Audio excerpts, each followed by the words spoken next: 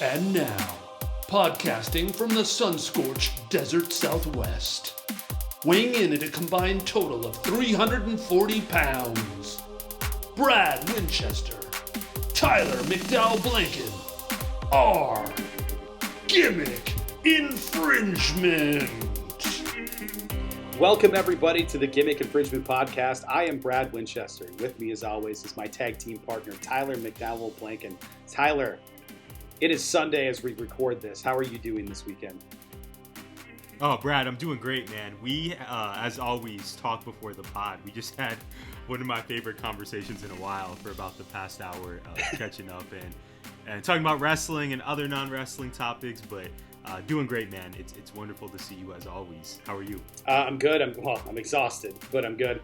Spent what was the number I gave you? The last two Saturdays, like about 19 hours at the high school. Arrive at 9, leave at 7:30. Yeah, 18 and a half hours, 19 hours, something like that. Got there yesterday at 9:30, left at 7:30. Got a lot of work in, but I feel like death. I'm sore in a lot of places that I haven't been sore in a while. Like just moving my arm up and down. I'm like, oh, that's a weird, I don't know what that is. That's not comfortable, but you know what? You do it for the kids. Yes, you do. I'm curious. I don't know if I've asked you this. I don't know that I've asked you this before. What is one thing that you would want people to know who are not familiar with the background of theater? Like, let's say I've gone to theater performances. I appreciate the art, but what's one thing I don't know about the behind the scenes work that goes into a production? That's a great question. There's so many moving parts. Literally, there are so many parts that compose a theatrical production. Every day after school, you have a group of students and staff that are sewing and creating and designing costumes, getting people checked. We have the makeup crew that does makeup check to make sure the makeup looks right. You have to test all of that. And then there's the stage manager, whoever's on lights and whoever's on sound has to design the cues. The stage manager goes through all the lighting cues, has to create a lighting cue document with a script going, at this cue, this is what the lights are going to be. At the next cue, this is what it is. You have to learn how to call a show. So it's programming the light board, figure out what those lighting cues are going to look like, maneuvering the lights physically into place to where they need to be, because they're not always pointed at the right spot on the stage. Right. Training crew, making sure you have the right equipment, troubleshooting. That's primarily the run part of it. Then there's the musical part of it. Kids learning music before they even get on stage, constantly rehearsing, solos, ensemble, everything. Then there's also blocking, learning how to do movement, either movement or dancing, depending on what you're doing, and they're different. Movement is just movement. It's I go from here to here. That's part of blocking, but it could be also I'm carrying something, I'm doing something, but it's not necessarily a choreographed dance. They have to learn all of that. They have to do that before a stage is or a set is built more often than not. Sure. We just finished the set. The set has to be designed. It has to be built, measured, cut, tested, all of those things, all in a certain way. Nobody realizes really how much material goes into it and how much time goes into the planning of all of this. And then it's the orchestra, who's in a separate place, learning the music, rehearsing there. And then we have this thing that we're really having it. It's like, we're calling it load-in on Monday. It's not load-in. Load-in doesn't look like this. Load-in is the day where basically for the first time, you have everybody. You have a set, you have an orchestra, and you have the actors. And we will have all of that on Monday. Sweet. That's load-in. Then there's Tech Week. Tech Week is Hell Week. Tech Week is the worst because it's lots of, okay, we're running this. You're in the middle of it. Hold. Nobody move. Nobody speak. We have to adjust these lights. We have to get this lighting right. Write in a new cue because this looks bad. Change the cue we had because that looks bad. All of that. It's all programmed into a control panel on the board so that you just press your cue numbers and then it'll automatically change the lights to whatever it needs to be. But there's also spotlighting, which is controlled manually. So there's so much. Wow. And I don't even think I scratched the surface. I didn't talk about scenic props, there's just so Yeah. much. But if I keep going, people are already probably clicking out of this. So yeah. I would imagine though. I know we'll move on to our main topics of the day, but I would imagine perhaps. And I've watched wrestling shows with you, but I wonder what goes on in your brain when you're watching the shows, because for you, it's probably much more than just German suplexes and cool gear. It's the lighting. It's the, I would imagine there's some overlapping between what you all do in the theater world and then what we see on Wednesdays and Fridays on our wrestling. Yeah, I was in Guys and Dolls. So I was Sky Masterson. And there's great performance, great Sky. By the way, I forgot you saw it. That's I was right, there. Shout out to Brad. Shout out to Ben. The whole MCMT Miranda, Arizona community. Yeah, and I had to throw a fake punch, and I had to do one of those things. Great punch, great right. Yes. My co-star, the woman that played Sarah, we couldn't figure out a good stage slap, so I was just like, just hit me. So for the rest of those nights, she just hauled off and cracked me really hard. I was like, if you're not hitting me and it doesn't make a mark, it's not hard enough. You just gotta get in there. And I'd rather just take the bump. So I'm watching all the time, we talk about the leg slap or the chest. You see guys do it all the time. John Silver does it all the time, and I don't know if it's because his arms are short, but I always see his wrist snap when he does it, and it's very noticeable on John Silver, where on other people it's not. Like I think about Drew McIntyre and giving a Claymore. He always does the slap, but his legs are so huge and long that you don't really notice it because you're paying attention to the 9-foot monster that's totally horizontal in the ring in the sky. Yes. So it's an all-time great finisher, but all-time great wrestler. Like we love Drew McIntyre and Gimmick Infringement. And I sent this to you. I think I said it on the pod when it happened, when MJF came out being carried on his little throne. Yes, those flats that he made, those are the same flats that I made for the stage. It's the exact same concept. At a couple of feet apart, you have these toggles. They're basically studs for a stud wall. And I was looking at it going like, I just built a set, and it's that. It's just that. At that point in time, whatever that was 2 weeks ago, I don't even know now. Time totally irrelevant to me. That's all that was built. And now it's this 7-foot, 5-foot, 3-foot staircase monster of a set with a door in the middle that's all faced. And it's I'm very tired, man. I'm very tired. Yeah, man, you've been grinding. I already give you major props for being a teacher and then also having a family. Like again, I always think about you and so many wonderful colleagues that we've worked with and that I've worked with who balance it all. And then when you add coaching a sport or being a theater director, I don't know how you are so giving of your time and make it all work, but you seem to do it effortlessly. So I just applaud you, and I hope the next few weeks go well in preparation for the big show. I don't remember who I talked to, if it was yesterday, last night. I don't remember, but it was somebody used this motto. It's if you want something done, ask a busy person. And it really rings true to me because it was Jen who shout out to Jen. Thank you for cutting my hair. And she said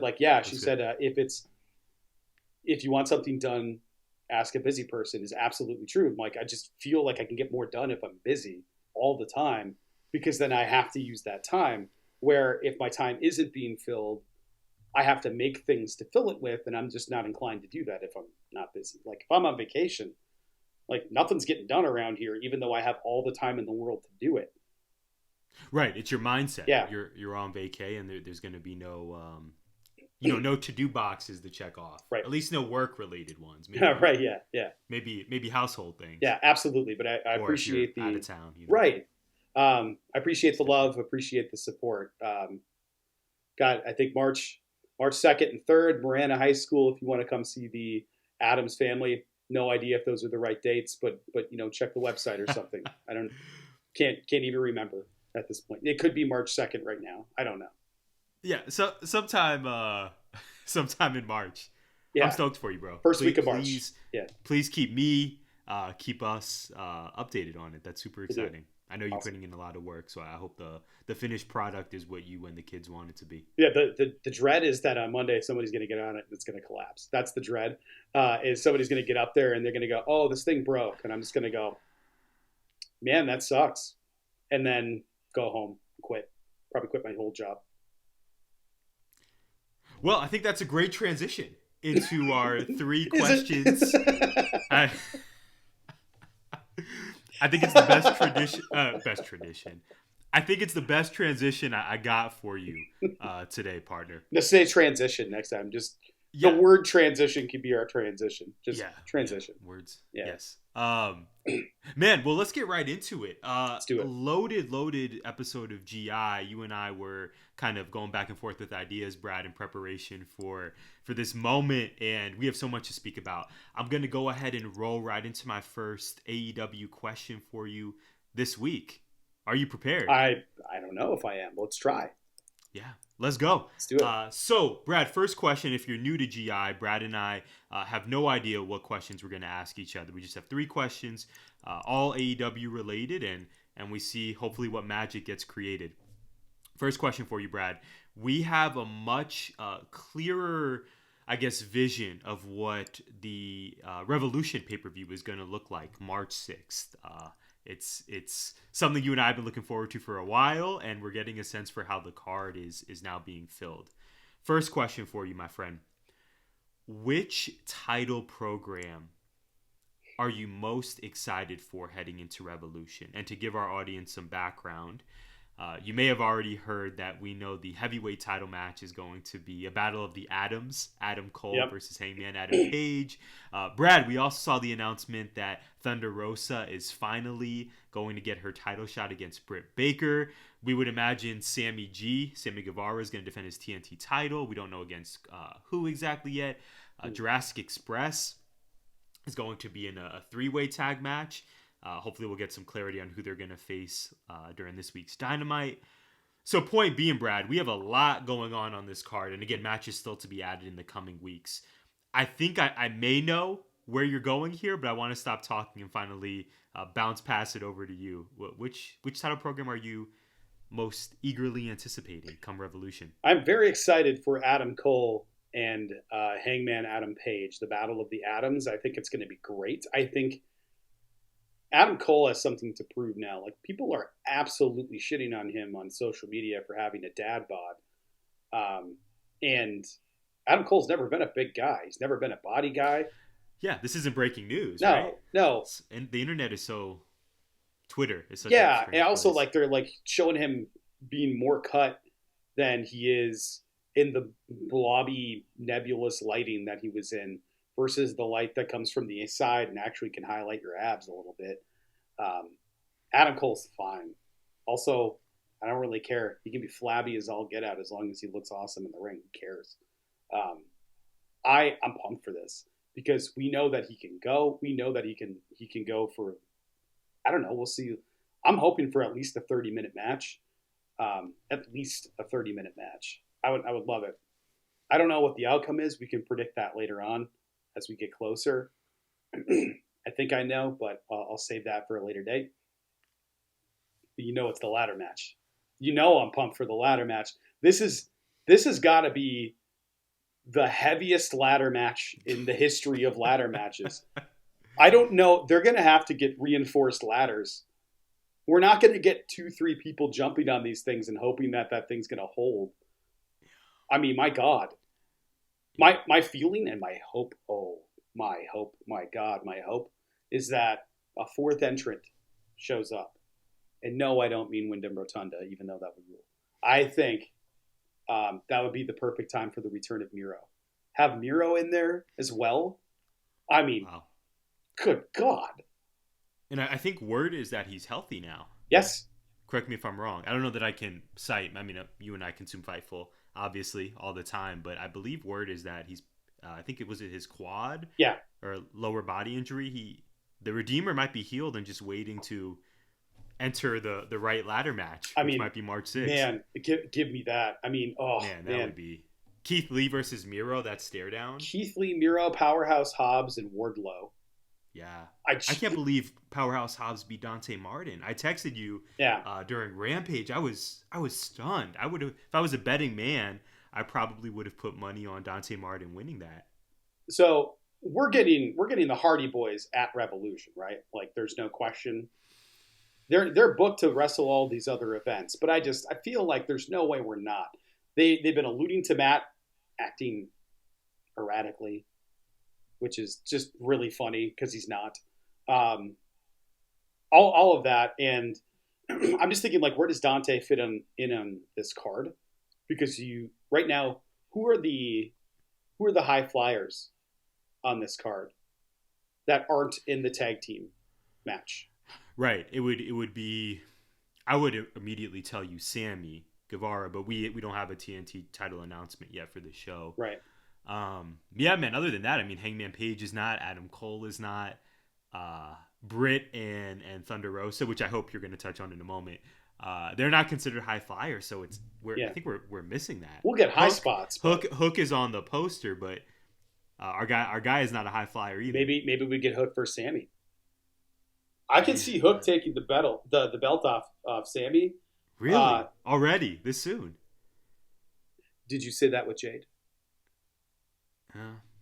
Think about how Hook is being built.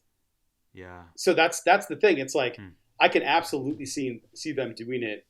What I would rather see is Taz betray Ricky, and I think that has to happen and Hook taking that belt instead, because that's the one that makes the most sense. That has to happen first. And I don't know that will turn Ricky. I think people will be excited, but people aren't turning against Hook if he gets the FTW belt. They'll just cheer him harder now that he has a belt. So, and I think that's fine. I think that's great. That's awesome. You accidentally made two baby faces by one of the baby faces going heel, even though he's been heel the whole time. He comes out of the heel tunnel. He's in a heel faction. Like, he's a bad dude, and everybody loves him for it. Like, they stone cold Hook. That's what they did. Right. Well, and Ricky Starks, as great of a heel as he is, I think he could be equally as awesome as a babyface. Agreed. I mean, he's just one of those dudes who's so talented that he can really, I think, pull off both. Yeah. In a masterful way. So, what are your thoughts? What are you most looking forward to? Yeah, man. For me, it's the women's match. Unquestionably, I am so stoked that we finally got the graphic. It's confirmed. I thought you were giving me a choice between the two, bro. Yeah, the women's match. It's for me. Yes. No. Yeah. Okay. Oh yeah. Okay. I thought it was just between the title and the ladder match. Not the whole card. Oh yeah. Give me Thunder Rosa versus Britt Baker right now. Main event. Yeah. I should clarify. Yeah. Thinking of the card we have, and specifically the title programs, I agree with you. The Rosa versus Britt match, although I'm concerned it may not main event. I could be wrong, but I just have concern that it may not. I think this match.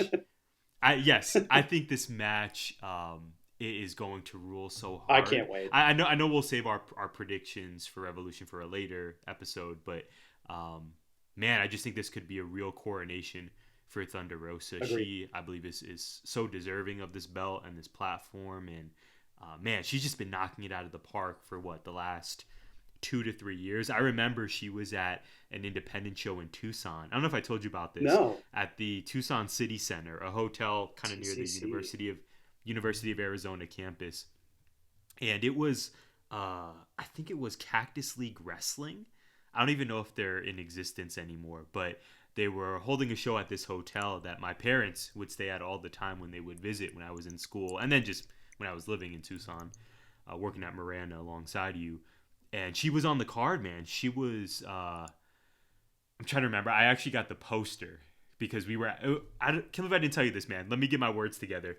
My parents were staying at this hotel the weekend of the show. And we did not end up going, but she was on the card. She was on the poster. I think she fought Tennille Dashwood and then a local talent. But I believe Thunder Rosa ended up winning. And while we were at the hotel, excuse me, I think this was the day before the show. I'm getting choked up for good reason. You'll never believe who we saw in the hotel lobby. Who? Former WWE talent who's now on the independent circuit, who was appearing at this Cactus League show. I'll give you some hints. He is best known for his program in WWE against AJ Styles. He was a big deal. Like when he was in WWE, he was one of the most talked about wrestlers. Period. And then finally, he has also been in a ladder match or two. I have no totally idea. Organic content. I have no idea. Sharing this. I have no idea. Do you remember a young man by the name of James Ellsworth? No. Okay. He was a big deal. I know our listeners will know. He was kind of the pseudo manager for Carmella. And I think he ended up getting like the first women's Money in the Bank match. He ended up taking down the briefcase for Carmella. It was kind of a controversial call, but if you Google him, Brad, he has a very unique look. Oh. He's not a huge dude whatsoever. Okay. Yeah. Yes. He was in the hotel lobby. So as soon as you were talking, well, that's because I think he runs Cactus League Wrestling. So I went on the Cactus League Wrestling Twitter page, and that was one of the first tweets that popped up. Yeah. All right. I'm also on there looking at this event from October 5th, 2019 for Cactus League Wrestling Battle of the Ages. This poster here is pretty incredible. Badass Billy Gunn, Lance Archer, Mark Henry, Ellsworth, Shotzi Blackheart, and then a bunch of other people that are on this card. No way. Yeah. They put on crazy. I just saw, I think I was following their Facebook for a while. They were putting on shows where they would specifically have these really famous names, man. Like I think Carlito made some appearances, Chris Masters. Killer Cross. And yeah, Killer Cross. I remember Big Cass, who is now in Impact, W. Morrissey. He was at this Tucson show, and he made a surprise appearance. He was not even advertised. And the reason I bring this up, and I guess we'll move on. I don't want to monopolize the question I asked you. I feel like I always end up doing that, though. But the reason I bring this up is because I remember seeing Thunder Rosa on the poster and the card, and I had no idea who she was. I thought Tennille Dashwood, formerly Emma in WWE, was going to win because she had the highest, I guess, sort of star power or name value.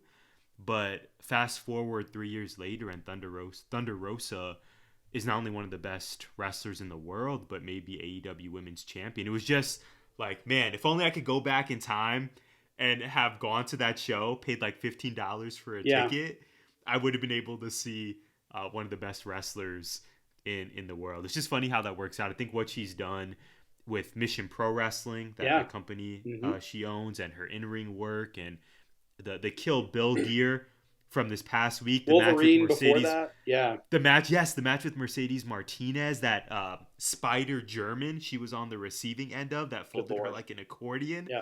I'm glad she's okay, I think. Man, I'm just a Thunder Rosa mark, I think, like you are, and just give her all the flowers, give her title run. That would be my choice if I were to answer my own question, which I think I just did in long form. Well, it was a good question. It was a good answer. All of it. And the thing that I think is so cool is that you can still see Thunder Rosa in smaller promotions for, like performing in front of a couple hundred people, if not less. I love that. Support independent wrestling. Okay. Yeah, I got nothing to add. Amen. My first question to you. The AEW Who We Are album has just been released, Volume 1. And I am stoked. It's on the way to Marana, Arizona as we speak, hopefully with the commemorative poster. Yes. And great call. No idea where I'm going to put it, but hopefully it's coming. But not the way Veer is. I should have got that guy at the Royal Rumble. Unbelievable. I can't believe. Anyway, let's not do this. Let's not do this. I think he's on main event though, but I don't know that we or any of our listeners watch main event. But dude is on there. Like he's alive, and I think is winning some matches. Yay! All right. Anyway, I'll let you finish your question. The vanilla ice cream of debuts. Anyway, what I was going to ask before Veer came all over my question. Mikey Ruckus, producer extraordinaire, as you cough off camera, COVID, embrace the mess. Is Mikey Ruckus the new Jim Johnston? And I know that might be a loaded question, but this was my take.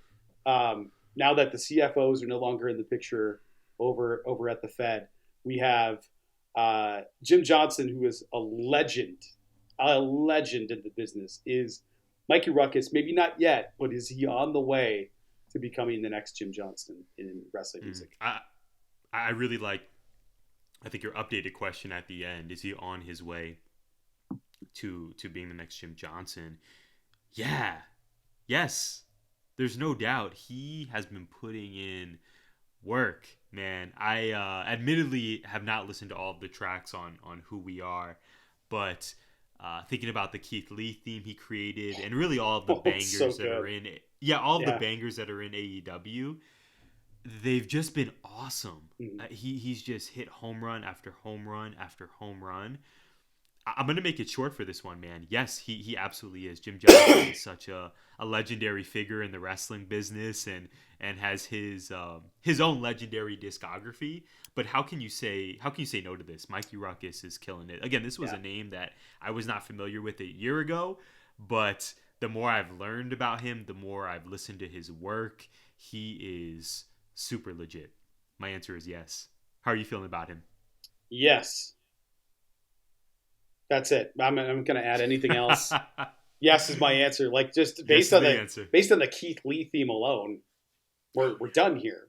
Yeah, please release that. I think AEW said it's like March 1st. That's too long. It's way too long. Tony Khan, if you're listening to the pod, Mikey Ruckus, please don't delay this any longer. Yeah. We need the Limitless track. My God, it's so good.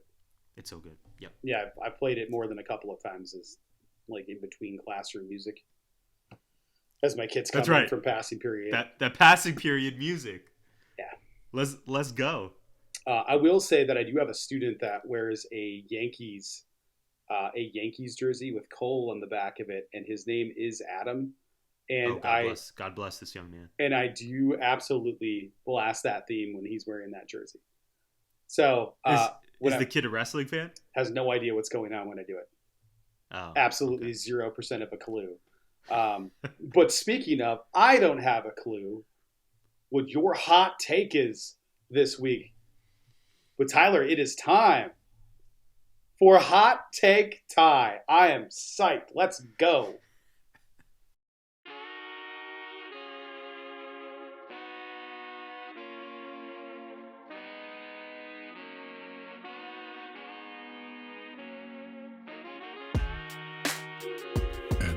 It's time for Hot Take Time.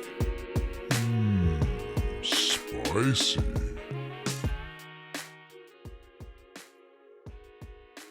So I've been thinking about this one for several days, Brad. I appreciate your excitement. I am extremely excited as well. Let's get right into it. So the Elimination Chamber premium live event happened. We're recording this on Sunday, February 20th. It happened yesterday on the 19th, and I'm sure we'll talk about it at some point during today's episode. You watched the show. I have not, but it's related to my hot take. So several episodes ago, I mentioned that although I don't follow WWE's weekly product, I watch the pay-per-views or the premium live events, excluding the Saudi shows mostly. But I always watch. And my issue is that I am not going to get rid of the Peacock subscription I have. Not for WWE, but because Dateline is on there. My Friday Night Mystery is something that I hold dear. You know this, Brad. If anyone knows me, they know that I'm all about Dateline 2020. It's just a huge passion. But my hot take this week is that Dateline, it turns out, is not the best product on Peacock. And it's certainly not WWE. There is a show that I finally watched this past week. I swear to God, if you say the backstory, Tyler, I'm turning this thing off and I'm walking away. That, my guy, is an ABC product. Okay. That is on the Hulu app. If our listeners are interested, they can watch The Bachelor next day on Hulu. I'm almost positive I know where you're going with this, and I'm excited. Thank you. This is not a Bachelor take, but I appreciate the nod. More Bachelor talk again at some point, I assure everyone. Man, I have to tell you, on Peacock, I am in love with the Fresh Prince of Bel Air reboot, simply now known as Bel Air. I finally watched it this past week. I believe it debuted last Sunday, and it was maybe Thursday of this past week when I watched. So I've seen the conversation online, and I finally clicked play. I believe 4 episodes are available now, and then they are released weekly. Long story long, this show is incredible, Brad. I had complicated feelings going into it. If you know me, you know The Fresh Prince is my favorite show ever. I think I still reference it a lot. The legacy it left for fashion, for music, for sitcoms, I would argue it's really unparalleled to any other show in the history of television. But Bel Air is great, man. Unfortunately, we're not sponsored by Peacock, or we don't have a Bel Air subscription, but I gotta brag about it for a few more seconds. The cast is phenomenal. I specifically want to mention the casting for Hillary and Aunt Viv. It's just great, man. This cast is beautiful. They're talented, and it is a drama. It is super different than the original Fresh Prince sitcom, where that was a sitcom and I think really a comedy. This is completely a drama. So there are comedic moments in this new Bel Air reboot, but I don't want to give away spoilers, man. I don't know if you've watched it yet, but not yet. It's on the to-do. Yeah. Yes, I think you'll love it. I think our listeners will love it. It's just art. It's so artful. It's a blast, man. I did not think I would like it as much as I did, but it currently has totally torpedoed, or I guess risen above, I should say, Dateline and WWE pay-per-views for me. I need to keep that Peacock subscription specifically for Bel Air. It is giving me more enjoyment than Dateline and wrestling. Wow. That's my hot take this week. Please watch Bel Air and message me about it. All of wrestling? No, just WWE. Okay. Oh, Just we're gonna have to cancel the show. Peacock specific. Okay. It is the number one Oh, reason why got it. I must keep Peacock above Dateline, above WWE. Bel Air is phenomenal, man. I think you'll love it, and I can't wait to talk to you about it. Yeah, I'll watch it tonight. Let's go. Do it tonight. Let's go. I'm 3 episodes in. I need to watch while I edit this video and it renders for 600 hours on this diesel-powered Mac. Yeah, it's going to be great. Yeah, it's going to be good. Yes. Yeah, man. That's my hot take. Awesome. I can't wait. Listeners, if you're out there and you watch, please reach out. You know we're at GI Pod 19. Brad is at Winduster. I am at Tyler J. McDowell. GimmickInfringementPod.com. You know, here it is. You know all the links. Let me know what you're thinking about Bel Air, because I love it, and I think Brad will really dig it too. Yeah, I can't wait. Can't wait. Let's go. I knew that's what you were going to say. I just wanted to let you know. Yes. As soon as we cleared that the Bachelor was not on this, further polluting this app, that. I mean, The Bachelor is on tomorrow, though, bro. It's on ABC, and we're getting closer to hometowns. I think Clayton's got to make some decisions. I am sick and/or have family stuff tomorrow. You'll have to let me know how it goes. Very well then. I will roll this seamlessly into my question 2 for you, though. So, question 2, Brad. I'm really excited to ask you about this one. So, I was watching, speaking of my TV viewing habits, I was watching the Nets versus Knicks game. So, along with wrestling, I also love basketball, love college hoops. Shout out to the U of A men's and women's teams. Arizona is just killing it right now. They had a huge win against Oregon last night. I watched every second. It was great. Both teams are great. But I was watching Nets at Knicks in the NBA, and my family are big Knicks fans. I almost said Nets. Yikes. They're big Knicks fans. And if you're a New York Knicks fan, you know that it's just torturous, man. They've mostly been putrid for the last 2 decades. And they had this game at home. They were beating the Nets by about 20. So I turned the station. I moved on, right? Figuring the game was over. I go on Twitter about an hour later, and I see Joe Leo of the 19 Media family, and I believe Mike Steff as well, friend of GI and friend of the 19 Media family.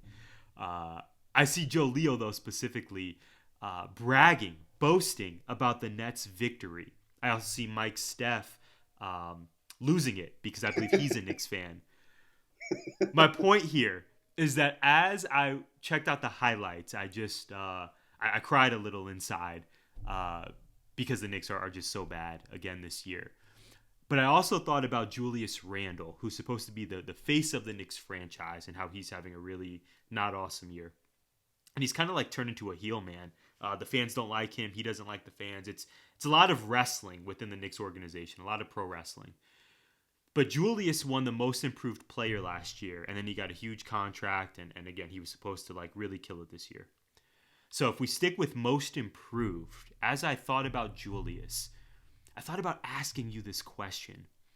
If we were to give a most improved wrestler of the year, who would that be for you in AEW from the 2021 season, if you will? If January through December of last year was a season in AEW, who are you giving this award to? Who do you think is improved the most in All Elite Wrestling? Jade Cargill. I don't think it's even close. No hesitation. No hesitation. No, I can give you background if you want me to give you as much background as you gave us for the question. I can. Yeah, maybe, I can definitely. Maybe not that much. I think I could go 3 or 4 minutes if you'd like. Yeah. Yes. I was like, where's this going? Okay, yeah, the Nets and the Knicks. I had to, man. But the great Knicks, shout outs, Knicks, great shout outs. And yes, I know you're suffering. passionate about this. The Knicks suffering it's just frustrating. Anyway, yeah. Most improved. I feel for your folks. Yeah. He was supposed to be the man. Yeah. As a Pistons fan. Yeah. And it's All-Star weekend, so it was just a lot of basketball on the brain. The dunk contest was terrible. Oh, anyway, okay. We'll save that for the baseline and I was gonna say like when you were talking about all the basketball you've watched. I think I've watched maybe an hour of basketball this year total, combined through all things. It's just usually like, if I have the time, I gotta spend it watching wrestling, and then if I have extra time, I'm gonna go spend it with the fam, and they're not going to watch. The Pistons are rebuilding, man. I was there with the Suns not too long ago when the Suns were literally the laughing stock of the NBA, and no one was wearing Sun shirts. Yeah, and I'm not too worried about it. Like the Pistons do this thing where it's like, hey, we won a championship. Let's be bad for 20 years, then we'll win another one, and then we'll be bad for another 20. So like a decade or so, I'll be good. I'll be give it like 5 or 6 more years, and we're going to be back. Yes, 10 years. Pistons, Suns. Yes. Let's go. Yeah. No Julius Randle in sight. I wanted to like the dude, man. Anyway, I have Jade to say Cargill. it's got to be Jade. Maybe Dante, but I don't think Dante. You know what? I'm gonna reverse that. If I'm gonna pick a male and a female, I'm gonna go on the men's side. I'm gonna go Dante, and Dante. Here's why. This was Dante all last year. It's just like that's it. For those of you that weren't able to hear me, the faces I made were as exciting as the dead sound. Dante was just like a scared plastic mannequin of a face because he was wrestling in a mask before that. So he never had to show facial expressions. His angry, his sad, and his excited all looked identical. And now he's out there. He's all fired up when he comes to the ring. He's talking to the crowd. As well. So he's put some muscle on too. He has. He definitely looks like he's gained. He's either gained mass or he has gotten so cut that it looks like he's gotten bigger. I can't tell. But I would just say he's also like 20, right? So he's still growing into his. That's exactly what I was going to say. He's young, so he's probably building up. But I saw a picture, and I don't know how recent it was. It was the Who We Are kind of AEW picture. Is kind of what it looked like, but it was for the captain's birthday this weekend. And it was Dante and his brother in the background. I really want to ask Mark Henry this. If I ever have Mark Henry on the podcast, this is the one question I'm going to ask Mark Henry. When you do the face, where you look like you're screaming, he always has that face all the time. You know what I'm talking about? In all of those pictures. And listeners, you need to follow the 19 Media Group's YouTube so you can see this face. Yes, Brad, I know exactly what you're talking about. I want to know if he's making sound when he does it. Or is he just like while he's doing it? I hope not. Does Does he mime it? Does he go when he does it? I really want to know if he's doing any kind of sound or if he's just holding the face. Anyway, it was him in that, and then I saw his brother, and I'm like, we gotta be getting him back soon. I think he's healthy. I assume he's still under contract. I guess that's an assumption that I don't know if it's true, but the tag roster the tag division is so loaded right now. You mentioned the Hardys earlier, the Bucks and Red Dragon are. Yeah, I mean it's just Private Party, Proud and Powerful. Yeah. I mean, but maybe FTR, Jericho, and Jake. But we know Top Flight. I mean, they have so much potential, and right when they were starting to get hot, we had that injury. So, like you, I think we need to see them back together at some point soon. Yeah, I'm trying to think of all the other tag teams. There are some on Dark, Bear Country. We have Butcher and the Blade. We have Gun Club just had a tag title match. Gun Club, young guys. They'll be future champs for sure. I can't think of anybody else, but I know we're going to get the Hardys. Wild, absolutely wild. And then how many of those will stay like that, and how many will branch off into trios? Because we also have the Lucha Bros. But in that we have Death Triangle, we have the Kings of the Black Throne, we have there's just so many, so many. We just listed about 12. Yeah, but we're getting more people in the House of Black, and you know who that outline was, and I can't believe we're not talking about this yet. That's my question 3 for you. Okay, all right. Well, let's get on. I'm sure we will get there. All right, let's. Who do you think is most improved for the men? Sure. Okay. I'll give you. Yeah, I'll give you my choice, which is actually a woman. I was gonna say Chris Statlander, and although we didn't see her in the ring this week, I don't think maybe we saw her on Dark or Dark Elevation, but we definitely didn't see. I don't know. I didn't watch this week. Yeah, we definitely didn't see her on Dynamite or Rampage. I know that for a fact. I think she's been down ever since the attack, the Layla great attack on that hit with the chair. Good Lord. Yes, and now that we're talking about that, this is kind of fantasy booking, I guess, for Revolution. I would love a Chris Statlander versus Layla Hirsch on Revolution, whether it be pre-show. Man. I don't know. I feel like Jade should be on that card, and I think a Jade title defense would supersede this match.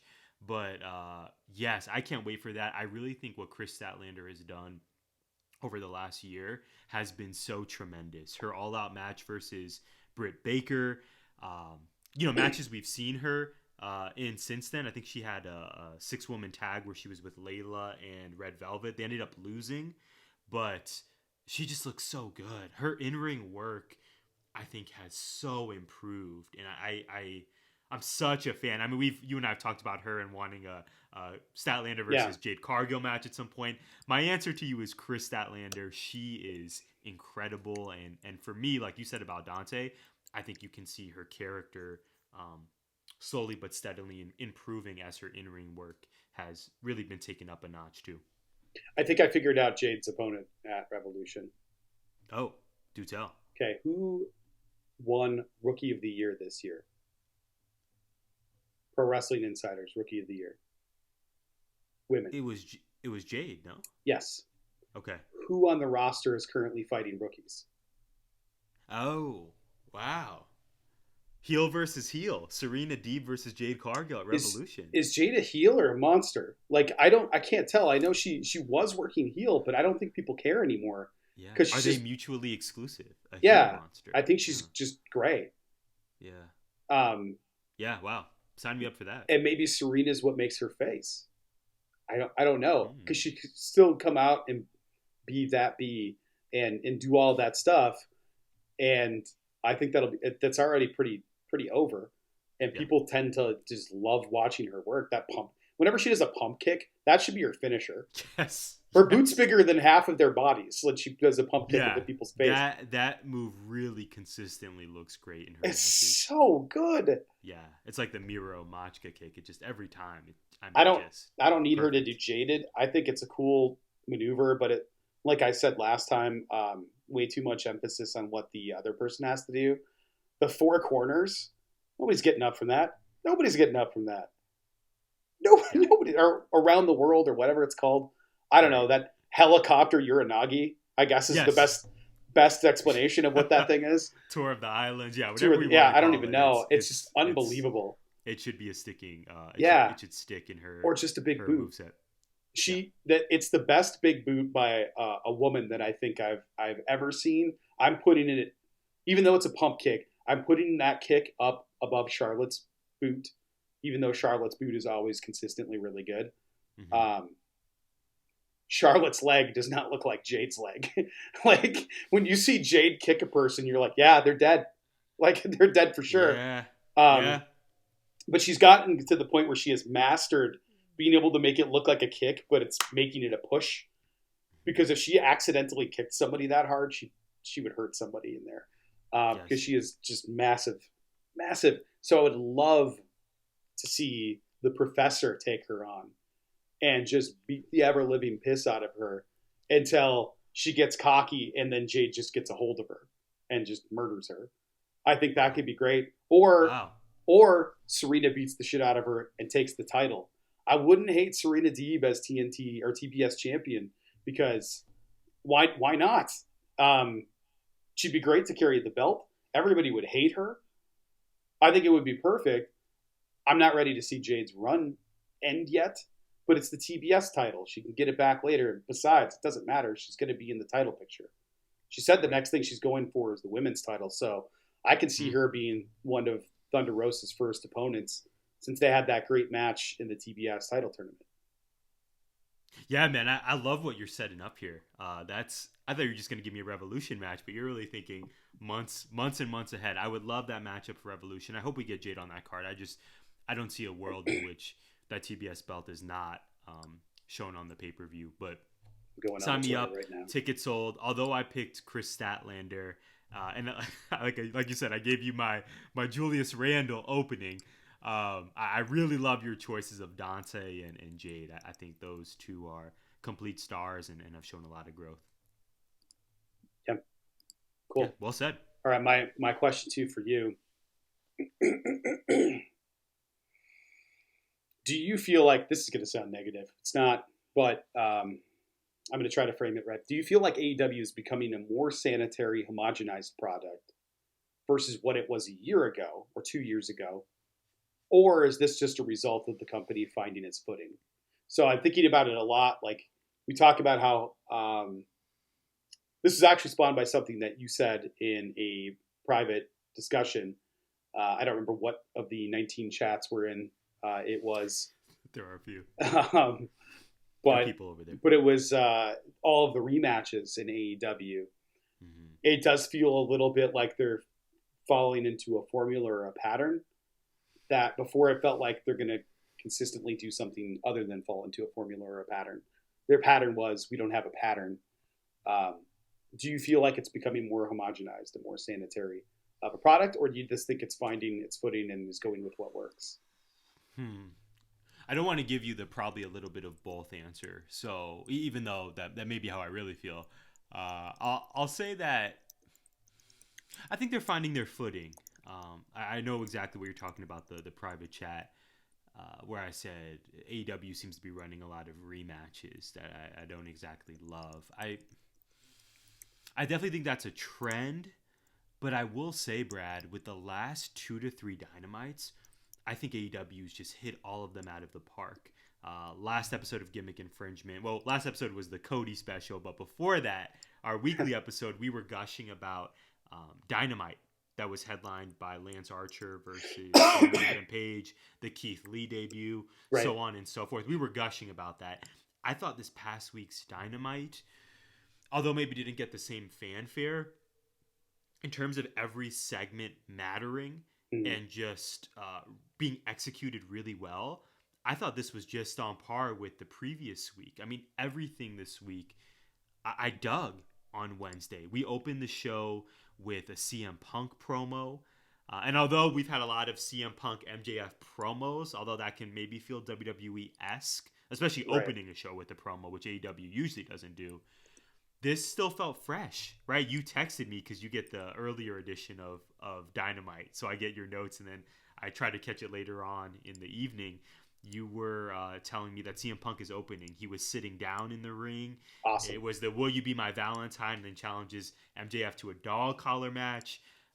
After that, we get Lee Moriarty versus Brian Danielson. Point being here, Brad, I think it's finding their footing. Although rematches are a thing, I don't always love it in AEW. I think just look at their recent product, man, and that really speaks volumes. I think they've really, the past 2 weeks have been two of my favorite Dynamites in a long, long time. And I also thought Rampage ruled from this past week as well. So what do you think about this? I'm Still with you. Their footing? Yeah, I think, well, Okay. I mean, they're still young. They don't even have the Very. talent set up. They just got rid of an EVP. Like, Right. the Cody thing is still, it's still kind of, I'm trying to think back, like, what would it have been like? What would it have been like is the phrase I was trying to mutter out of my face. 25 years ago. Would we even be talking about it, or would it just simply be Cody is going somewhere else? It's all the information we know. The Kenny Omega interview of Cody essentially sounding like it's behind all of the push to make it a us versus them type thing, and then a lot of the stuff that they ended up running with the Bucks and Kenny was based on something that Cody thought would be something that would work well, but ultimately a very us versus them. We're going to give them an alternative, and we're going to take on WWE because they deserve to be knocked down a peg. And now he's leaving to go back to the WWE. It feels icky. I don't like it. It makes me think about Cody differently, which I don't know is necessarily fair, but it's there, and I'm thinking about him differently now. Like, you were a hypocrite if this is true, and I don't like that. I also don't care because, like, A, it's wrestling. None of this actually matters in real life.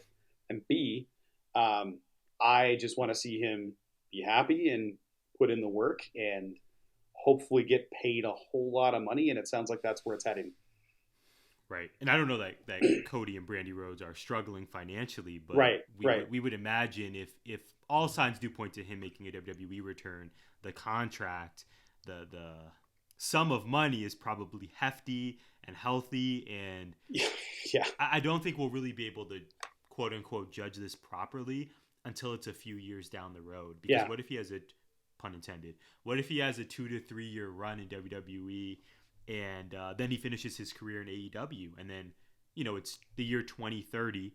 Hopefully we're still friends. Hopefully Gimmick Infringement is still running strong and building, and we're now looking back on Cody's jump and thinking, oh, well, maybe that was kind of savvy, and maybe it ended up working out. But yeah, AEW, although we kind of picked through it with a fine comb, like you said, it really is still such a new company, and in so many ways is finding its footing. Mm-hmm. And I think you and I, and probably a lot of our listeners, have just a lot of hope with this company. They haven't been around long enough for us to kind of be so down on it as we are with WWE.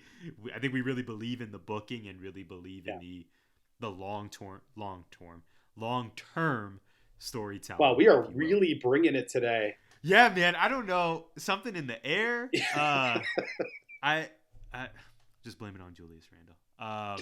Well, that's fine. Let's do that. Yeah, Julius Randle has to be in the episode description. Yeah, of this has to. Yeah, man. I'm gonna stop talking there, but I agree with you. I don't think they're stuck or it's a huge issue at the moment. I think they've been hitting on all cylinders, frankly, the past few weeks.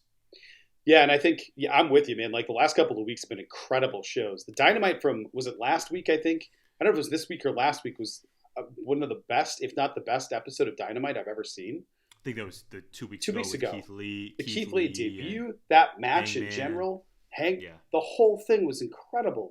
This past week, though, was, I think, also pretty phenomenal. Every segment hit. All of Santana and Ortiz finally got the dub. That was great. Lee Moriarty got the shine. And it set up what they've been building for a while with Jericho and Kingston. I actually I know people are down on Jericho because he's old and he's trying to get current phrases over, but they're not current. They're like dated and old, and you're old man in it and stop. Yeah, very okay boomer-esque. Oh, it's bad. Like, yeah, I'm an influencer, and it's like, you don't That's icky. And it's not ironic or witty. No. It's just like, this isn't working for anyone. I want to see him lean into him being old. I think it would be funny if he, like, in the middle of a match pulled out his ARP card or something. Like, that'd be funny as hell. But like, you can't hit me. I'm a member, and just like, I get Social Security. Like, just, I think it would be really funny if he would lean into something like that. I think it would be really great. But instead, he's trying to be 20 years younger, and it's just not working. But I've actually really liked him on commentary on Rampage lately, where he's been a lot more toned down. Because early on, it was like, dude, stop talking, stop yelling, please stop doing all of it. Yeah. And now I'm really enjoying him there, because I think we know what he can be. Exactly. Yeah, and although I appreciate a Brad Winchester Jericho on commentary impression as much as the next person, not being yelled at on commentary is appreciated, especially when Rampage is so late. I think it's like 10 or 11 for me. Yep. When the first thing you hear is just Jericho going full blast 100 miles per hour. Except this week. Bro. Yeah, except this week. It's like, bro, like, please ease it up a bit. But I agree. He has seemed much more tame, and I think that's contributed to my enjoyment. But speaking of things I enjoy, Brad, this week we have a bit of a surprise. Our original plan was a traditional Someday When You Have Kids segment. But there it is. But we have a promo of the week from you, Brad. I got to turn it over to you, man. I can't wait for this. Let's go.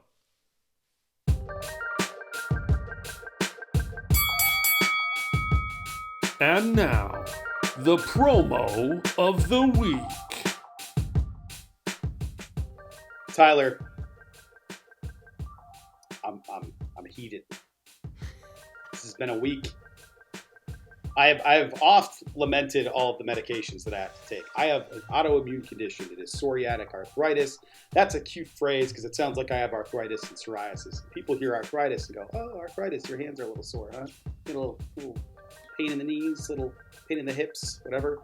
No, it's if I don't take my medication, I can't close my hand at all. Everything hurts all the time, and it affects my eye.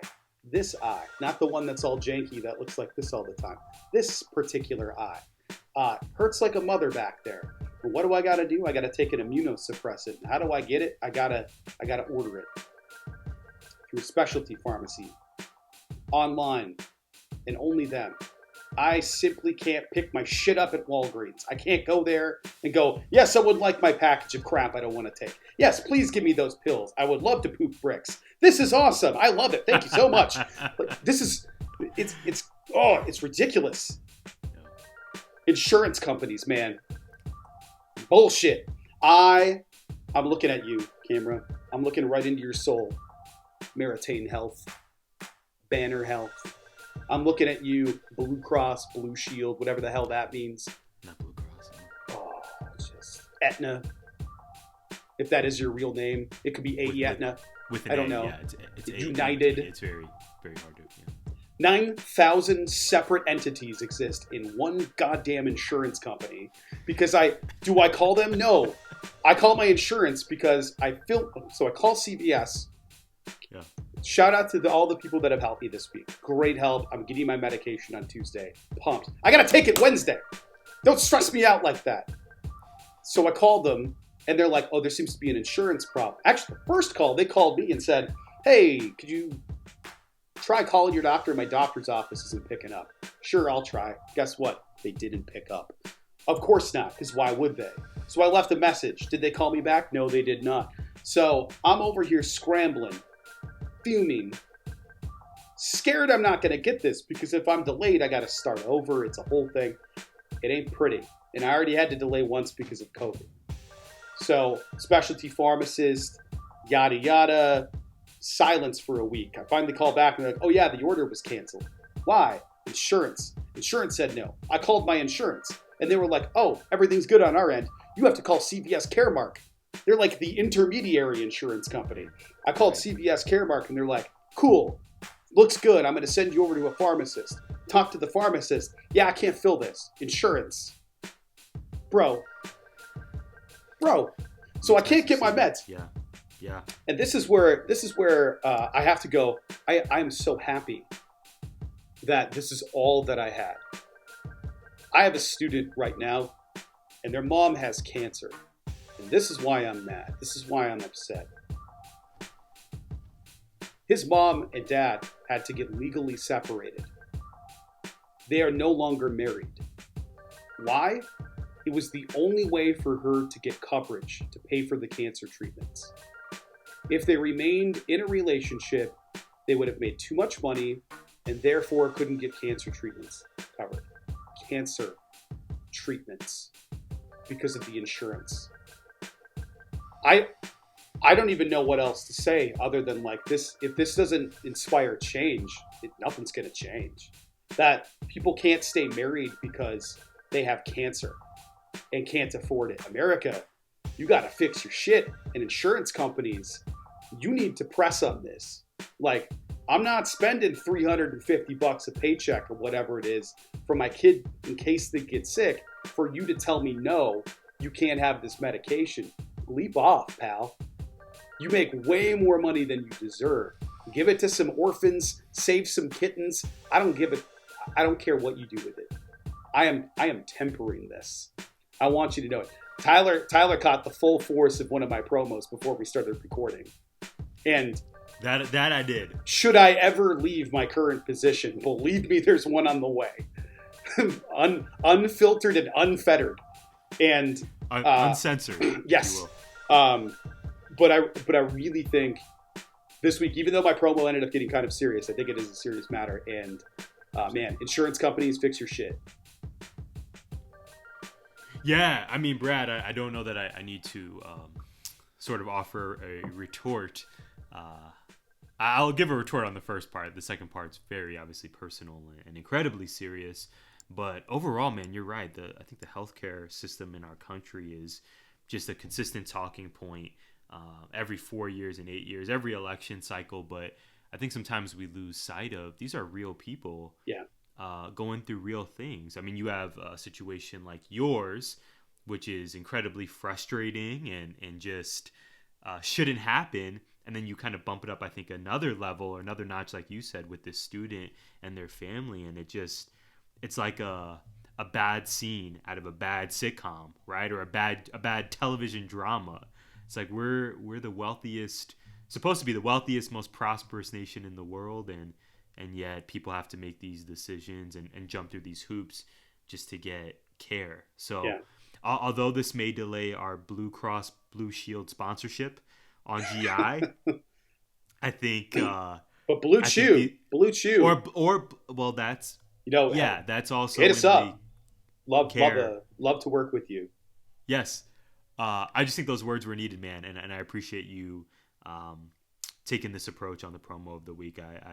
I would imagine this resonates with a lot of people out there. Thank you. I appreciate that. Didn't know I was going to go serious today until I was thinking about what I wanted to do. I always try to find the funny in everything. It's just the way that I cope. Oh, Tyler, I have a question for you. The listeners and the viewers will appreciate this because I have a question for you. Is this your third question? This is not a third question, but this is a question. Okay, this is a surprise question. This is a surprise question. I took an optimism test this week. Oh. Optimism test. And it tells you your level of optimism and pessimism. The numbers don't align, but I think it ranks intensity rather than or frequency rather than you're pessimistic versus you're optimistic. It's 100% because some people were lining up at 58 and 58. That's Steiner math. So I want you to predict. What do you think my optimism pessimism score was on this test? Out of 100, you said. Not out of 100. No. Just go ahead and throw. It's close to 100, so go ahead and just guess. It's close to 100. Yeah. Man. You said the 58 and 58. Yeah. I'm going to guess pessimism. Of course, I'll go with pessimism first. Well, it would feel like the strongest one. Yeah. Yeah. Okay. Pessimism, let's go 75. Okay. And Optimism. Then you're keeping it at 25 for optimism, or do you want to go? Well, that seems really low. How I'm going to go with that. I'm going to trust my gut. Pessimism 75, and we'll say optimism around 25. That's what I would have guessed too. 75% optimism, 17% pessimism. Oh, wow. So a lot of my, I always think like a lot of the Flip-flop. questions are about outlook, about what will happen, those kinds of things. All of the stuff Yeah. that I tend to do, like this insurance scandal, is I knew I was going to get my meds no matter what. I have a positive outlook on how it's going to turn out. I could simply call Right. my Novartis coach and they'll advocate for me.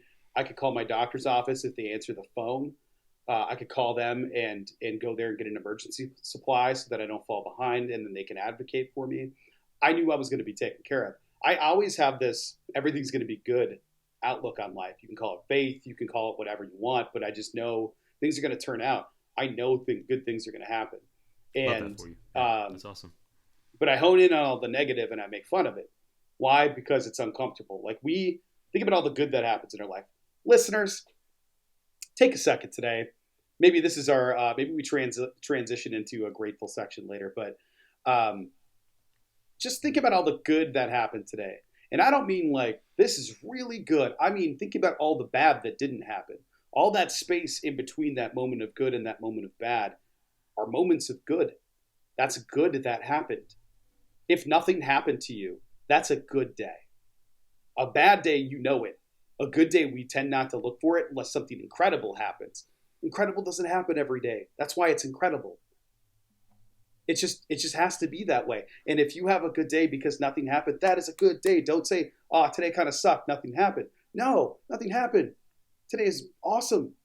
You didn't wake up in pain. You didn't break something. You didn't get fired. Nobody told you you were a loser. No, you simply woke up and today was all right. That's a good day.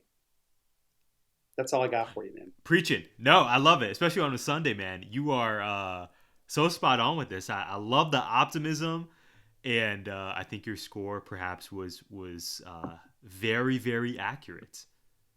Appreciate it. I love it, bro. Let's roll it into my final question for you. Question number 3. I'm going to cut right to the chase.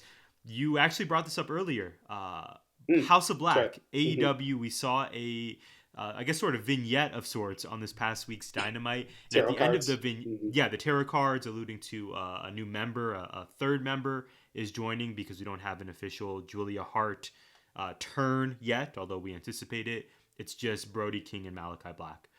But we got the tarot cards, and then at the end of this vignette for House of Black, we saw a shadowy silhouette type figure that looked exactly like Buddy Matthews, formerly Buddy Murphy in WWE. My question here for you, Brad, 2-part. 1, I just need your reaction to what seems like Buddy Matthews officially joining AEW and joining the House of Black.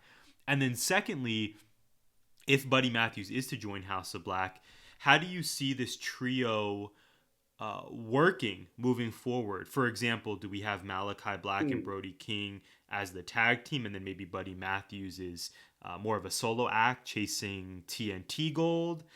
Does it even matter because these 3 guys rule? I want to turn it over to you. I don't know how it's going to work, but what I do anticipate now that they're building this is let me pump the brakes. Number 1, how I reacted. I've been very vocal viewing lately. I've just decided I'm not going to filter my excitement. I don't care if this shit is scripted. I just don't care. It's awesome. And I was sitting in the spare bedroom streaming because, I can't take the main TV and make Jess watch it forcefully. I'm watching in the bedroom and I'm like, just yelling, just Very, very just, proud. yeah. Every time we have a huge bump, and it's all the time. It's just me yelling at a television set, just good God, just a lot of that. I ran out when Keith Lee debuted and was like, he just threw him. He's in space. He's still flying. And just Buddy Matthews popped up in the back, and I just, whoa, he's here. And I yelled it like that, and then just realized the door is shut. Now the dog is barking. It's just, but I saw the ginge, that it was clearly him. Like, we really got more than a silhouette. You could and it see was like only a second. but it was totally enough It was to know clearly him. Yeah. exactly what it was. Number one, I really appreciate that consistency that they build with Malachi Black and all of the vignettes, because Brody King, before he debuted, was the tarot card, the King, on the tarot card, and now we're getting this. I think this is so good. How I see them used, I don't care. I can see Malachi and Buddy working together as a tag team. I can see Brody and Malachi just being the tag team, which makes the most sense to me. We have the Young Bucks, but we have Adam Cole and we have Red Dragon. We can have combinations of those two. Or we can have Kenny when he comes back in the Young Bucks and Adam Cole, basically Undisputed 2.0. No pun intended there with the 2.0. And I guess it's not really Jurassic Express anymore. It's just Jungle Boy and Luchasaurus. Yeah, I was gonna say, we got to give a shout out to Marco Stunt. They're not fully Jurassic Express without him. Yeah, good call. But we have Death Triangle still. The point is, we have a lot of trios. We have enough trios now for a trios title tournament and for multiple matches within that. Eddie Kingston with Proud and Powerful. Proud and Powerful by themselves. We just have so many combinations of people where we can have really, really fun matches. Give me CM Punk and Jon Moxley, or Brian Danielson and Jon Moxley, or the three of them as a trios team. Keep them out of the title picture and let them be like an unstoppable trios force. Star power. Yes. That'd be amazing. Yeah. And why not? Why not make a super team? You also have Darby and Sting and Mox who have teamed. I mean, there's just so many. There's clear trios and then others you can sort of cobble together that actually make a lot of sense. Yeah, so I think, I guess my answer there is I could see them using them in any of those combinations.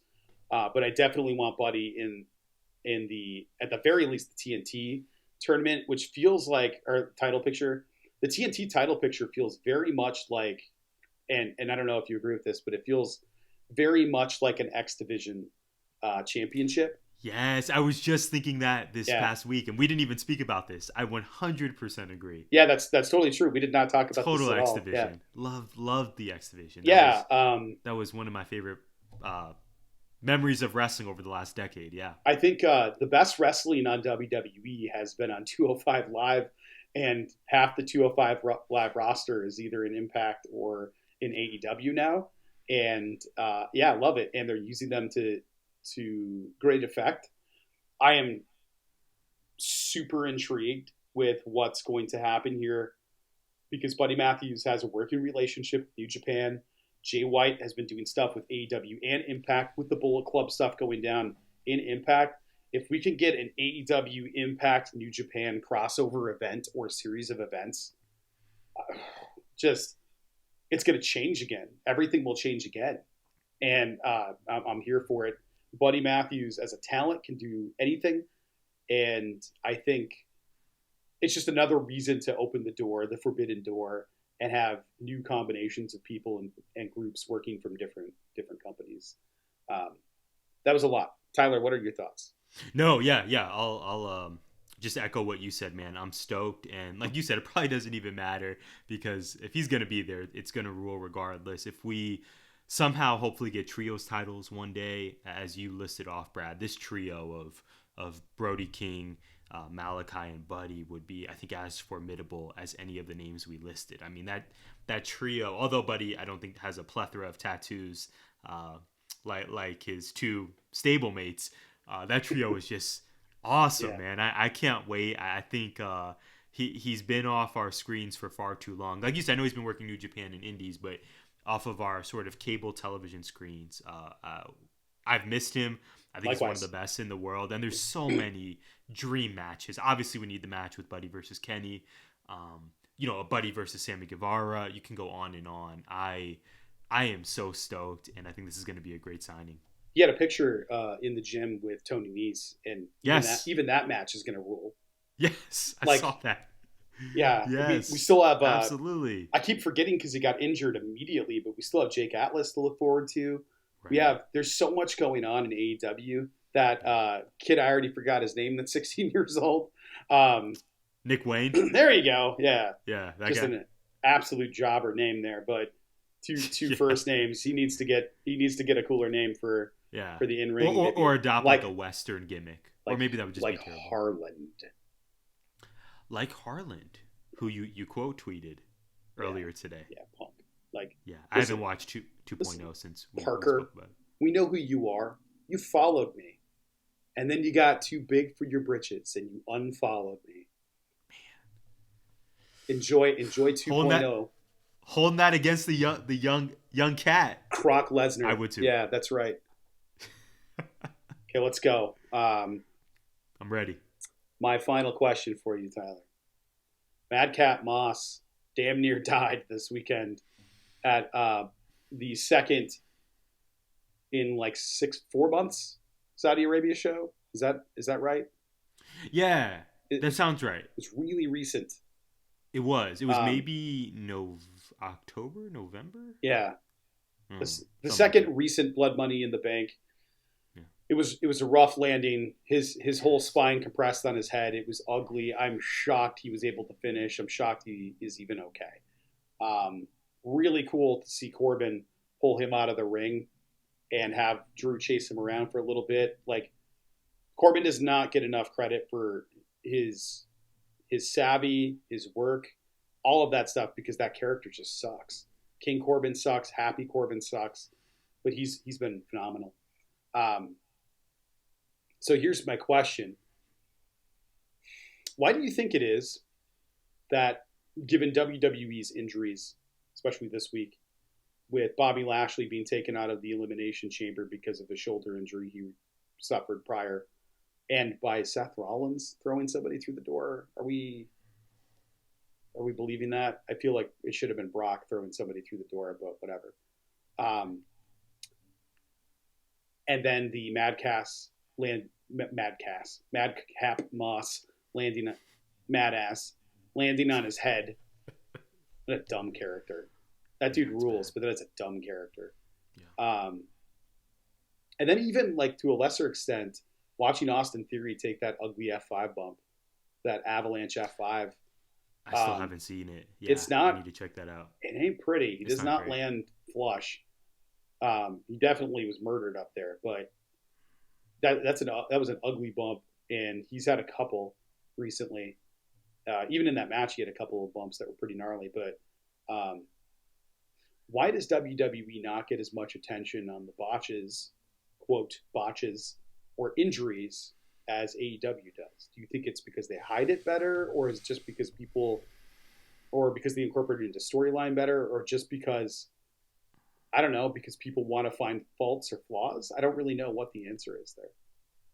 Yeah, probably mostly the latter of what you said. I think we already pick on WWE for so many other things. I mean, name the gripe we have against them. I mean, it's mostly obviously booking. It's not the talent, right? But I think because we just have so many issues with the booking, show after show, year after year, that sort of, I guess, maybe takes precedent in a way. But yeah, obviously I haven't, like I said, watched the Elimination Chamber show, but I certainly saw the clip of this, and man, I mean, there was the MJF. I think MJF dove a few months ago when he had a scary landing. Oh, that's right. Landed on his head, or he didn't dive. Maybe he was flung, or you know what I'm talking about. And it was FTR checked on him. Yeah, I think he was thrown out of the ring or something. Thrown. Yeah, I was like, he dove. He didn't. And dive. It looked like he didn't brace himself. It looked like his face took the full force, but ultimately caught himself like that. Thank you. Yeah, you rescued me there. Yeah. Yes, that's exactly it. Yeah, I was trying to think of what it was, but I remember that. Yeah. So this situation, this bump, if you will, that Madcap Moss took, reminded me of that. But man, I was really stunned that the match didn't end right then and there, based off of the clip I saw on Twitter of how he landed off of Drew's Alabama Slam. That was so scary. So I don't know that I have a great answer for you as to maybe why these quote-unquote botches, if you will, maybe don't get more attention in WWE. I would just guess, like I said, perhaps because we have so many other gripes against the company, ethically and booking-wise. But man, I mean, like you said, most importantly, my main thought about this is that I first hope Madcap Moss gets a different character, but way more important than that, I just hope he's okay, man. Yeah, right. I mean, how can you not? I'm not a doctor. I went to school for journalism, but how can you not be concussed after that? I mean, legitimately landed right on his head. There was no covering it up. There was no camera angle to shy away from it. No, it was flush. It was right there. You had to acknowledge it. Yeah. I'm gonna pass it to you if you have any words for it, man. It was incredibly scary, and even though the gimmick sucks, I think this dude is someone who's improving in the ring. Madcap Moss, that is, and I'm just glad he was okay, because that's when wrestling feels a little too real. I think when spots like that occur. Yeah, I agree with you. I don't know what it is, because I think you're right. I also think that WWE, with Kevin Dunn running 658,000 camera cuts a second in certain spots, allows for them to quickly cut away. Not quickly enough so that you don't show Kofi's feet landing, but quickly enough to do other things. And I think there's just so much other production going on that they could cut away. During the Thunderdome era, they were able to edit it all out, because we know Asuka got hurt when Nia slammed her face into something. I think it was steps. It was either her face or her back or something. There was blood, and they had to cut. I just, maybe it's because they show it and there's no other place to go with it in AEW, but we've seen this happen in NXT. We've seen it happen a bunch in NXT. We saw Chelsea Green get hurt. We saw people blow out knees and get hurt and have to go to the back. And we've seen a bunch of that stuff, and that stuff just kind of happens. It's a dangerous, violent sport. What are you going to do? Like, I mean, you land wrong, you could die. Shout out to Ben. I was talking to Ben today in the chat when he asked what's a dog collar match. And I'm excited for it, but those matches scare me, man. Like, if you know you're supposed to grab the chain on the way out, and you're holding onto the chain so that you don't accidentally hang yourself, if you slip off of that, you're just going to hang yourself. And that's not going to kill you just hanging there. But if there's a forceful jerk at the end of it, it could break your neck and you die. So it's the stuff they do here for our entertainment is incredibly dangerous. I don't know why people focus in on the AEW quote botches. As far as the pay-per-view went, I thought it was a good pay-per-view. I actually really enjoyed it. There was one match on it. I can't even remember when it was now. I was like, I don't need this. I don't need to see this. But the women's Elimination Chamber especially was awesome. The men's kind of sucked. Everybody looked like a bunch of punks in there. Once you see Brock coming, it's like, what is this for? We talked off air about this. This could be an entire podcast, but Brock Lesnar beats Bobby Lashley because Roman Reigns got COVID, loses the belt at the Royal Rumble, wins the Royal Rumble. Why? To get a rematch at WrestleMania. So why is Brock Lesnar winning the belt? Him winning the belt at Elimination Chamber basically said the Royal Rumble didn't matter. None of it matters. You can forget that it even happened. All of it. Because all it did was Bobby Lashley once again lost the title. And once again, and granted, Bobby is injured, so he was going to lose no matter what. Why don't you give it to somebody else that's in there? Seth would have been a perfect one to have the belt right now. I just don't get it, man. Yes, we'll definitely have to table this particular conversation for another podcast, because I certainly have some thoughts, numerous thoughts on this subject. I read the results. Obviously, I heard from you. I saw Twitter, and it was just, I'm glad Bianca won. Let me say that. Since I am speaking, I do co-host this pod with Mr. Optimism himself. I want to start optimistically and say I'm super right now. I look forward to it. I'm super stoked that Bianca won. I'm really looking forward to Bianca versus Becky, the rematch at Mania. But I completely agree with what you said, my man. The Brock Lesnar, the fascination with Brock just being so in some ways unstoppable. It really baffles me at this point. I mean, if it's just a draw, if it's proven that ratings go up and money goes up when he's here, okay.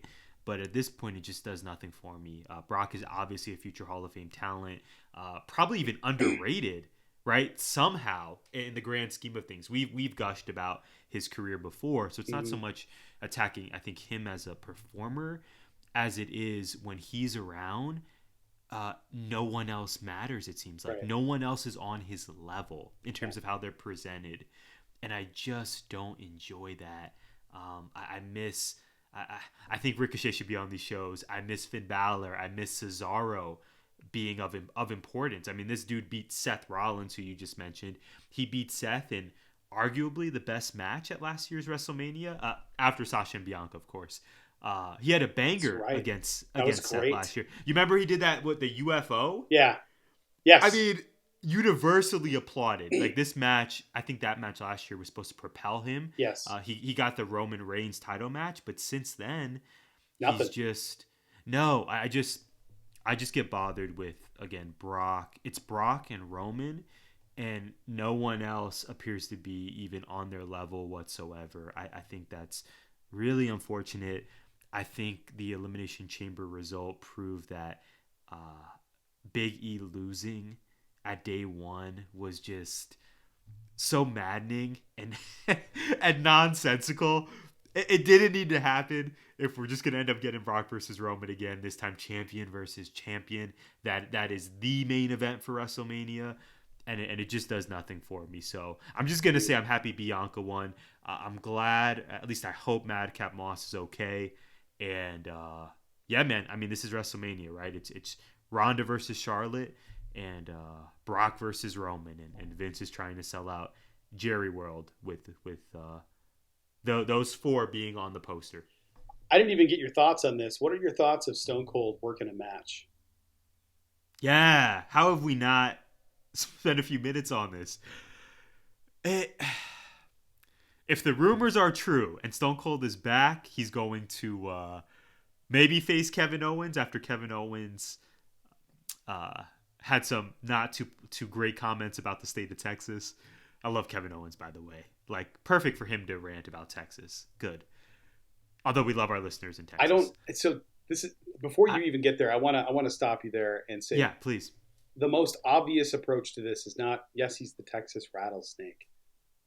The Undertaker's going into the Hall of Fame. The Undertaker lives in Texas. It makes so much more sense to have it. First of all, they're not. I don't think they're going to get him to do a match. Stone Cold, that is? Stone Cold, no way. Okay. Undertaker, I could see. Taker is going to be convinced to come back and do at least one more match in his career. He's got probably 10 more in him. Probably at a Crown Jewel event. Let's be honest. Yeah, or a Bad Bunny concert. Yeah. Like he's going to come back and do something. I could see him doing that more than I can see Stone Cold, because then you have the new Hall of Famer showing up. It's Texas. It's the Undertaker. But I can also see a stunner versus stunner thing.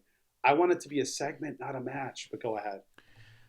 No. Thank you for that, because I just need to answer your question right off the bat. I wanted to originally say yes, it would be a match, but what you're saying really resonates, and it's been, I believe, 19 years since he's had a match. There's, I would imagine, maybe some health concerns. Not that Stone Cold isn't in good shape, but we know he's had his history of injuries. Yeah, does it really make sense? He looks phenomenal. I think he looks in better shape than he's ever been. It's crazy. Yeah, does it really make sense to risk something? Yeah. for one night? Right. But I don't know, man. I mean, I think if the last year has told us anything, it's that we just expect the unexpected. I know that gets tossed around a lot, but did you and I ever think we were going to see CM Punk back in the ring?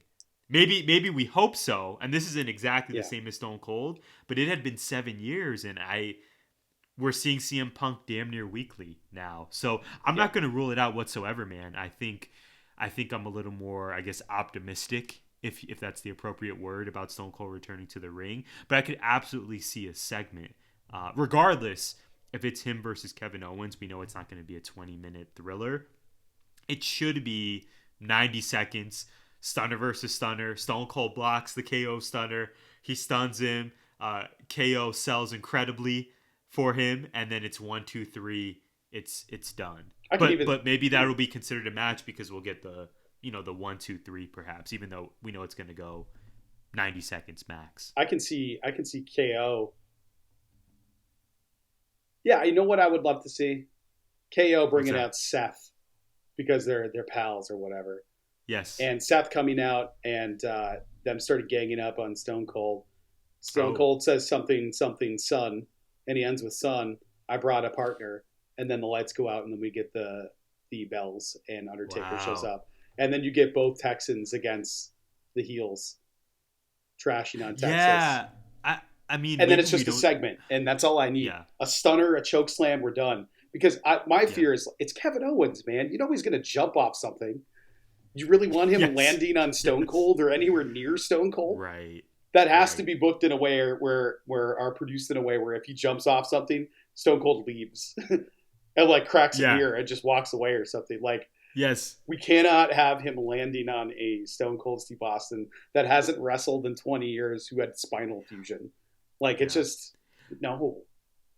I know we have much more WrestleMania talk ahead of us in the next few weeks, but I will say this: your booking here, maybe prediction, but I'll say booking for now, of Taker making an appearance at WrestleMania in some sort of an in-ring capacity. I could absolutely see that, man. We know we're getting him at the Hall of Fame. Again, it's in his home state. That makes all the sense in the world for him to chokeslam or pile drive somebody. I could absolutely see what you're predicting, and I think it would be pretty awesome, frankly. We're very critical of WWE, but you've highlighted that they are pretty stellar at making moments happen. And think about how that, great, I mean, that would rule. Who wouldn't love to see that? And I don't even want Undertaker back. I want American Badass Undertaker back. That would be such a curve. The music is too iconic, though. I don't think they give us that. Yeah. But having him come down on the Harley. Yeah. Well, I'll roll this into my my final thought, final non-AEW thought of the week. We have a really exciting week of wrestling. Obviously, we had Impact's No Surrender this past week, which I don't think either of us saw, but we love a lot of what Impact's doing. And yeah, they're doing great stuff now. I think you have to start paying attention. Yes, we do. We do. Yeah. And then we have the Terminus 2 show in Atlanta this Thursday, actually. So it should be another great week of wrestling, a loaded Dynamite. But my final thought here, though, non-AEW, is actually regarding The Undertaker. And the announcement came out. He is the first inductee into the WWE Hall of Fame. And I probably want to broach this a little bit further with you, Brad, on next week's Gimmick Infringement. But, when I was a kid, I think, like you, I loved Taker. I don't know if I would ever say he was my favorite, but, I mean, that dude ruled. I played as him in 2K more times than I can remember. Just Last Ride City with the powerbomb. I mean, the dude always has like a 96 rating. I mean, he's just, if you play as him, you're probably going to secure the dub or secure the bag. My thought, though, is as I've grown up and as Taker has now, I guess, quote unquote, retired, I just think about this conversation we have often with even people outside WWE, whether it's with the Kanye Wests of the world or other famous artists. With Taker, I find I'm now having trouble separating the man from the art. As much as I enjoyed the documentary they had on Taker, I'm forgetting the name, but the really awesome documentary. The Last Ride. The last Ride. Thank you. That should be obvious for me. As much as I enjoyed that, and I thought WWE did a stellar job with the whole production, as we sort of maybe learn about Taker's, I guess, political leanings and other beliefs, which he is certainly entitled to, they just don't really align with mine. And so I find myself being really excited and happy for the man that he's getting this recognition after a legendary career, totally on the Mount Rushmore of WWE.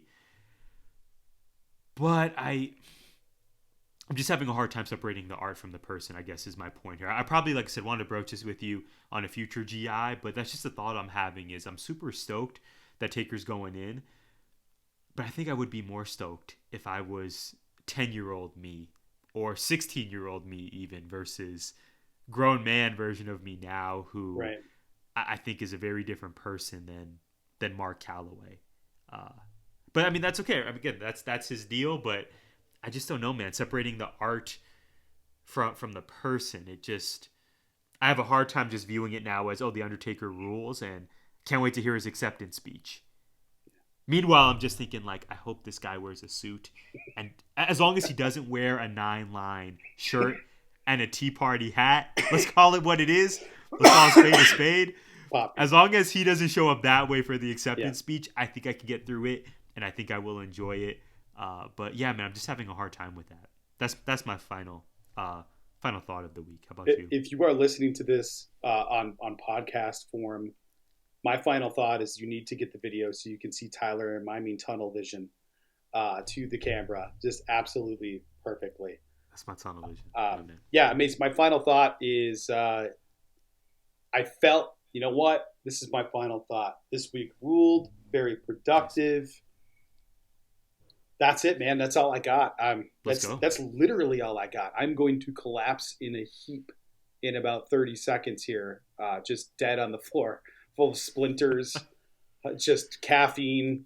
This is my fourth glass of water with liquid IV in it, and I haven't had to go to the bathroom yet. I am not healthy or well. So I need to start absolutely pounding more water because I'm so dehydrated. Yeah. I've given my life. I'm going to hydrate too. If you're listening or watching, thank you so much for supporting the pod, for supporting us. You know, this is a really passion project in every sense of the word. So immense gratitude to you. Please hydrate as well. Brad, I need to hydrate. We should all be hydrating, whether we live in the desert or across the pond. Or if you're getting 12 inches of snow because you live in the upper Midwest. Good luck up there. Yes. Well, we hope you all enjoyed this week's episode. We look forward to seeing you on the next one. Please be sure to follow the team at 19M Group on Twitter and then 19mediagroup.com. We gave our plugs earlier. You know where to find us. Reach out and let us know what you're thinking. We hope you're loving Gimmick Infringement as much as we are. And we'll see you on the next one. Be well. Gimmick Infringement is a part of 19 Media Group. You can listen to us on Apple, Spotify, iHeartRadio, or wherever you find podcasts. You can also find us on YouTube via the 19 Media Group channel. Please like, subscribe, comment, and share.